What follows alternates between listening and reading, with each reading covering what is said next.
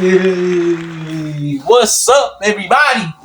What's up? What's up? What's up? What's up? What's up? How have you guys been doing? How have all of you guys been doing? Yo, guys, I'm back. I'm back. I'm back like Paul Pogba. You feel me? I'm back. It's been way too long. It's been way too long. You know, like how long I've been outside of YouTube. Let me do the maths for you. Uno, dos, tres, cuatro, cinco, seis. 6 months of YouTube. Tell me what I was doing during those 6 months. Bro, if I'm being honest, bro, I've been going through a lot of stuff, bro. Schoolwork. Yo, dog. The schoolwork I've been doing. You guys don't know the amount of schoolwork I've been doing, bro, during the past 6 months. The amount of grinding I've been putting in for school. Almost every day in the library. Grinding. 2 hours max or 3 hours maybe in the library. Bro, I've never done those type of numbers before. I've only done that in primary school, bro. Now I'm doing these type of numbers. Now I'm feeling like Ronaldo and Lionel Messi. Like, man, yo, dog. And then I just recently done my papers and tests. And low key, if I'm being honest, life science, cooking, consumers, cooking, Afrikaans, physics, maths. Wait, maths, I don't know about maths. Because I ain't get my maths mark. But when I was writing the paper, it was straight butter and chicken. You feel me? It was too good. But I don't want to glaze myself too much. Because some people, like when they say, oh, the paper was so easy. When they get the paper, 30% on their paper, how do they feel? You see? So, yeah. But every other paper was beautiful. Except physics and Afrikaans especially. Afrikaans was tough. Anyways, besides that, how have you guys been? Because I know school started and now school's finished now for the term. Now it's the holiday now. So you guys mustn't be doing stupid stuff, eh? Don't be doing stupid stuff, eh? I'm looking at you, Joshua. At you, Lucas. I'm looking at you guys. Don't do any of that stuff, eh?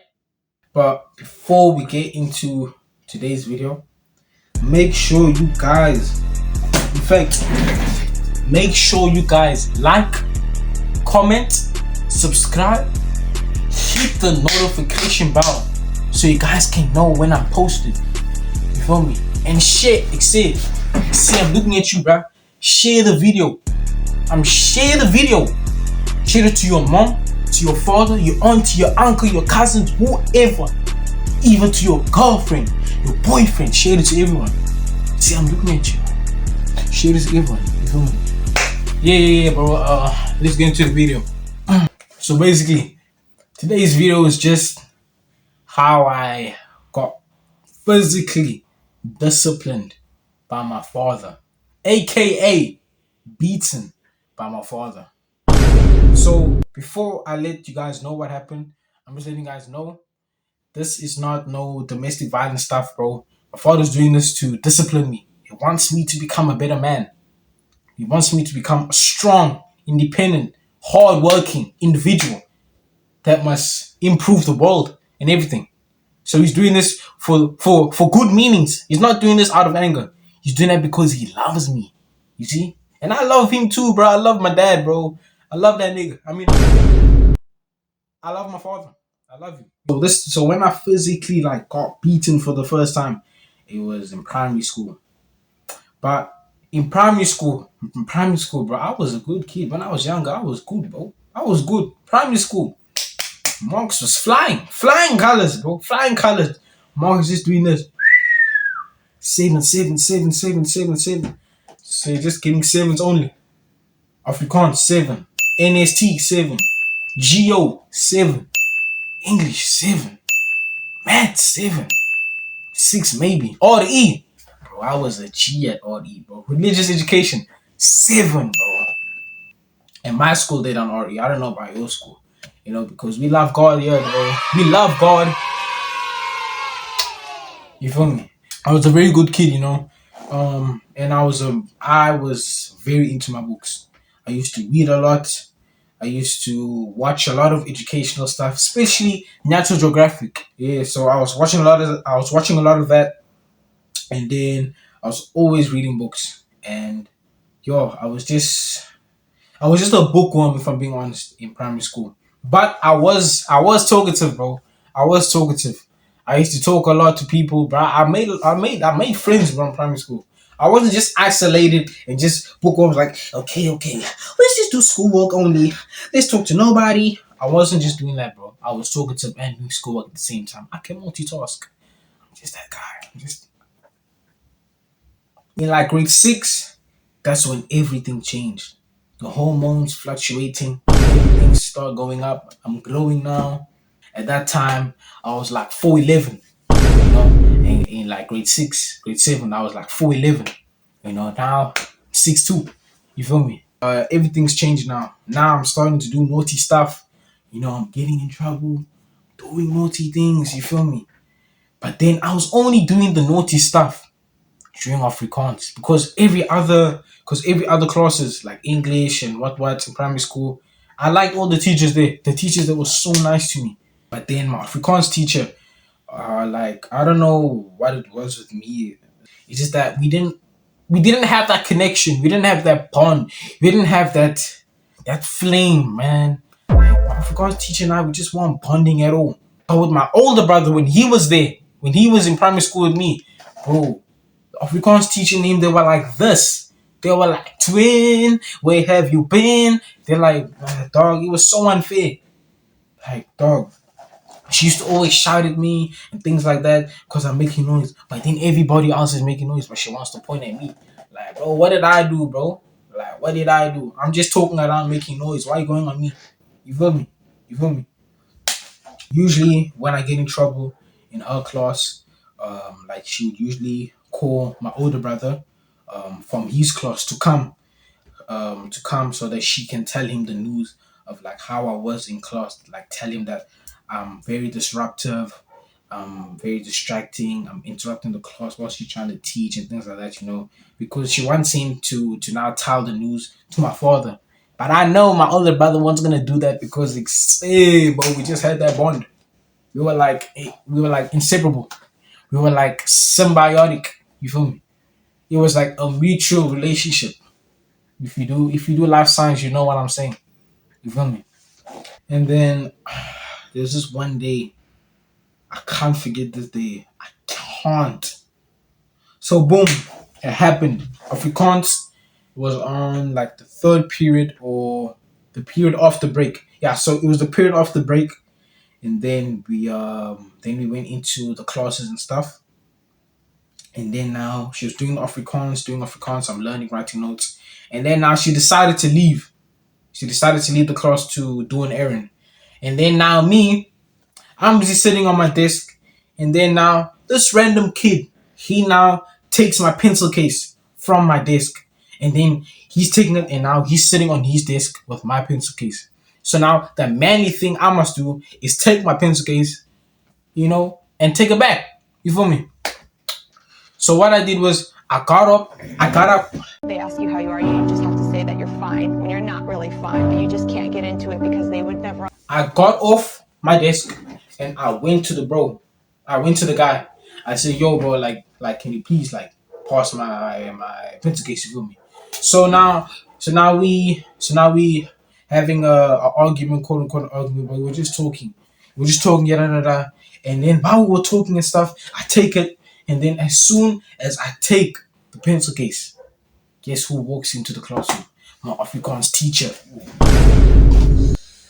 Now she sees me off my desk and everything. Now she thinks I'm doing goofy things.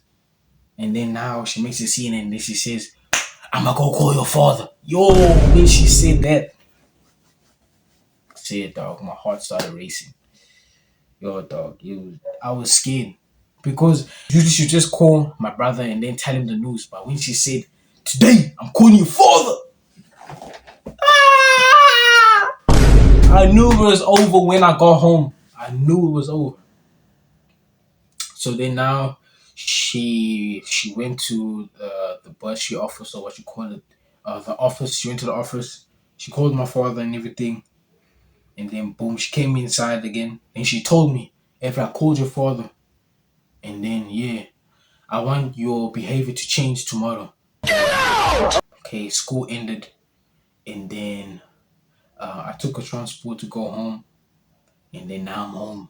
Now I'm waiting for my father, and then now, boom, I'm sitting on the couch, and then I hear the gate open, and then I know it's him. Yo, dog, I could feel his aura. I could feel the man's presence just by the gate.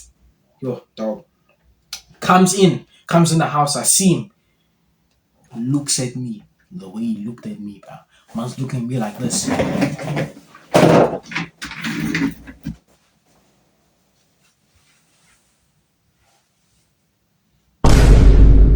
That's how he looked at me, bro. Like it was that intense, bro. I never held that much eye contact with a man before, but yo, that eye contact felt forever. And then now he's sitting on the couch across me because we had two couches there at the time. So he's sitting here and I'm sitting there. And then now he's talking to me. Boom, he's saying, Ivra, I was at work now, and then I got a call from your school, and then one of your teachers told me that you were making noise and interrupting the class. And then he said, "Why were you doing that?" I said, "No, they did like I don't know, man. Like I was just trying to do this thing." He said, hey, why are you making noise in class? Then I pay school fees for you to be a clown in class. Okay. Since I listen up, wait for me. So when he said, wait for me, I knew I was cooked. So now when he left, I'm shaking. I'm thinking now, what must I do now? What must I wear on top of my clothes that I'm wearing so that I can defend myself from the beating that I'm about to get? Bro, it was so intense, bro. I started crying. Before he even came. That's how much fear he installed in me. Dog. That nigga's orders too much, bro. Too much. He didn't even hit me. He just said, wait for me. And I started crying. Oh. Yeah, dog, I'm waiting for him. And then now, he arrives. He says, Ibra, meet me in the room. See, the man changed his clothes even. He changed the clothes for the occasion. He changed it for the event. Man, so before he had long jeans with the jersey on with glasses and the cap. Now he changed his attire to a whole white beater with 3/4 jeans and church sandals. This guy is ready to destroy me. Dog, I knew it was over. So now I went to the room, and then he enters the room as well. And now he closes the door and he locks it. He doesn't even just close it, he locks it as well.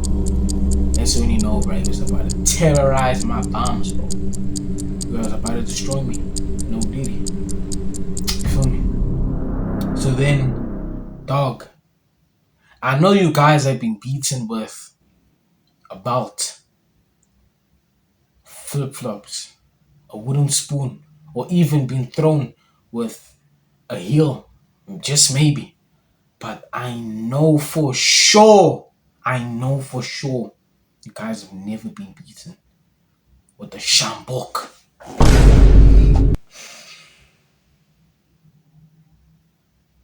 Bro, being beaten with a shambok, bro, is dog. Dog. The man, yo, bro, let me give you a demonstration like what he did to me. So imagine this pillow now is me. This is me now, and I'm my dad now. So now he has the shambok now. He has the shambok, and he's carrying me like this.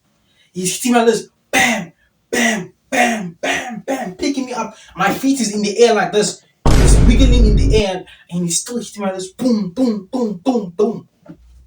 Bro, it was, dog, the pain was too much.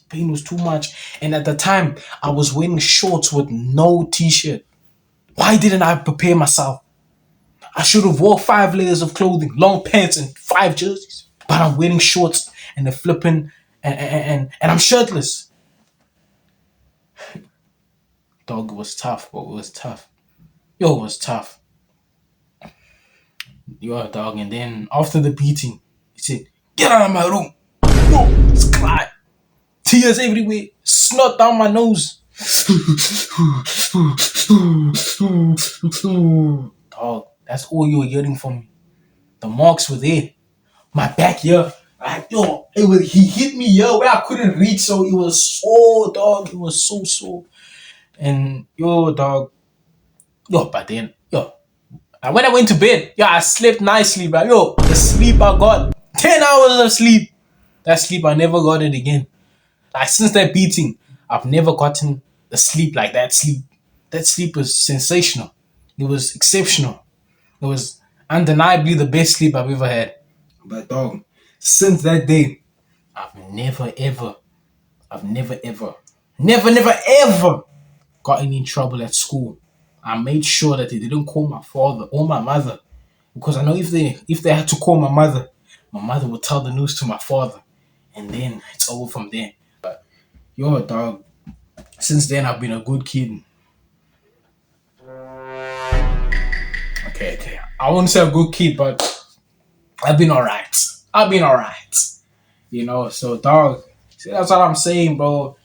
In the African household, you mustn't play with school. You mustn't play with school. Education is a priority. Education is gonna take you everywhere in life. So, bro, like in the African household, you mustn't take it as a joke, bro. Not at all. Especially if your parents are immigrants. If they're immigrants, you mustn't play, bro. Don't play with them. But when it comes to education, but anything else, bro, you can play around. Education, that's number one, bro. That's number one. You feel me? Yeah, guys, I hope you guys learned something today. Take school seriously. Don't take it as a joke. Don't try and be the class clown or what in class, because your parents might get called and then it's over. So, guys, I hope you guys like, comment, subscribe, click the notification bell, and please, like I said earlier, like at the beginning of the video, like I said earlier, share this to everyone you know. I'm looking at you, and love, guys. Peace.